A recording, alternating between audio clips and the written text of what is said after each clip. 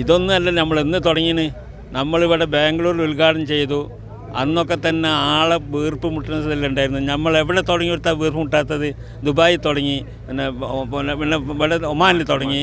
അങ്ങനെ നമ്മൾ എല്ലാ സ്ഥലത്തും തുടങ്ങുന്നിടത്തൊക്കെ ആൾക്കാരെന്താണെന്നറിയാതെ ഏറ്റെടുക്കുകയാണ്. നമ്മളാരും വേണ്ടെങ്കിൽ ഞങ്ങൾ ഏറ്റെടുത്തോളാം എന്ന് പറയുകയാണ്. പ്രത്യേകിച്ച് കർണാടകക്കാരെ സംബന്ധിച്ച് ഞാൻ പറയലുണ്ട്. കർണാടകക്കാർ പറഞ്ഞത് ഞങ്ങൾ ഏറ്റെടുത്തോളാം സമ്മേളനം, നിങ്ങളൊക്കെ വേണമെങ്കിൽ കാണാൻ വന്നോളി എന്നാണ് പറഞ്ഞത് ഞാൻ പറയലുണ്ട്.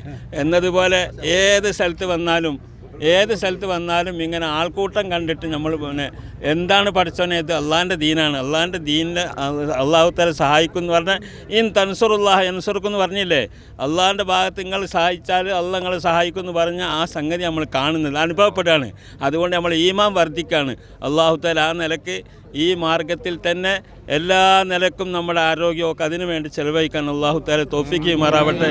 നമ്മുടെ തഹിയ്യ അത് പറഞ്ഞാൽ അത്തഹിയ്യാത്തുൽ മുബാറക്കാത്തു സലവാത്തു നബി അള്ളാഹ്ക്ക് കൊടുത്ത് സമർപ്പിച്ചതാ.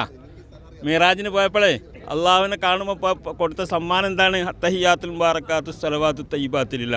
അത് നമ്മളിവിടെ കണ്ടില്ലേ.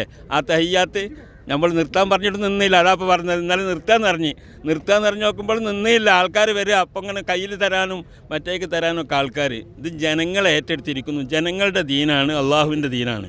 അതുകൊണ്ട് നമ്മളാരും ഇതിനെന്താക്കണ്ട, ഇതിന് പിന്നെ മെനക്കേണ്ട ആവശ്യമൊന്നുമില്ല. പക്ഷെ മെനക്കെണ്ടെന്നല്ല, നമ്മൾ വിചാരിക്കേണ്ട നമ്മളെ കൊണ്ട് അത് നടക്കുന്നതെന്ന് വിചാരിക്കേണ്ടെന്ന് അർത്ഥം.